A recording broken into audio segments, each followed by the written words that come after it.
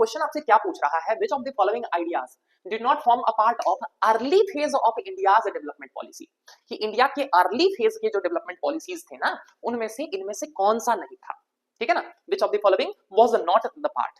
ठीक है, आप एक चीज नोटिस कर रहे होंगे कि अब एपीपीएससी में जो प्रीलिम्स में क्वेश्चन आ रहे हैं ना उसमें से विच इज नॉट वाला जो है वो क्वेश्चन ज्यादा पूछा जा रहा है। So you can consider it as a trend. तो जब भी आपको एग्जाम में नॉट दिखे तो उसको मार्क कर लिया कीजिए। कई बार क्या होता है ना कि even after reading the question उस नॉट को अगर आप ध्यान में नहीं रखते हैं and you and up marking which is right. क्यों? क्योंकि हमारा दिमाग जो है वो सही खोजने के लिए डिजाइन होता है। हमारी टेंडेंसी होती है नेचुरली कि हम सही, क्या सही है, विच इज राइट, कौन है, वो खोजने पर हमारा फोकस होता है। So whenever such type of question appear in your exam, try to mark the not word.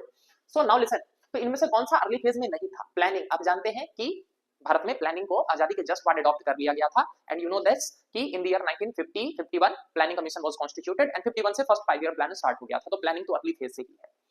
रही बात कोऑपरेटिव फार्मिंग की, it was part of the first 5 year plan itself.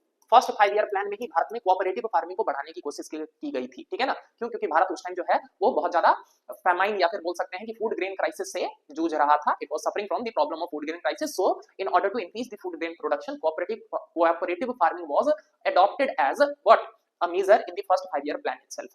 Similarly, land reform, it was a demand from pre independence India. Got the point? आजादी से पहले से ही भारत में ये demand चल रही थी कि once we get independence land reform will be initiated in India and even the government try to go for land reform in India. तो ये तीनों तो जो है वो अर्ली फेज से ही थे। तो सर फिर आंसर क्या हो जाएगा? आंसर हो जाएगा लिबरलाइजेशन। यू नो कि एलपीजी रिफॉर्म कब लाया गया है? ये लाया गया है आपका 1991 में, ठीक है ना। हम अपनी इकोनॉमिक्स की क्लास में इसकी पूरी डिटेल पढ़ते हैं। एलपीजी में L stands for liberalisation, P stands for privatization and G stands for globalization, ठीक है ना। 1991 में क्या हुआ था? यूएसएसआर का फॉल हो गया था उधर, और इधर इंडिया जो है वो बैलेंस ऑफ पेमेंट क्राइसिस में फंस गया था। It means what?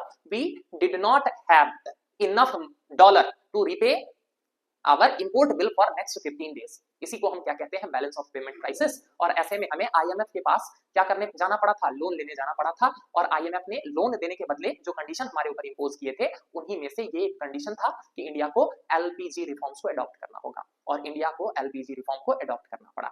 So liberalisation हमारे अर्ली फेज का पॉलिसी तो बिल्कुल नहीं था, ये तो 1991 में लाया गया था। तो करेक्ट आंसर आपका हो जाएगा liberalisation. B is your correct answer.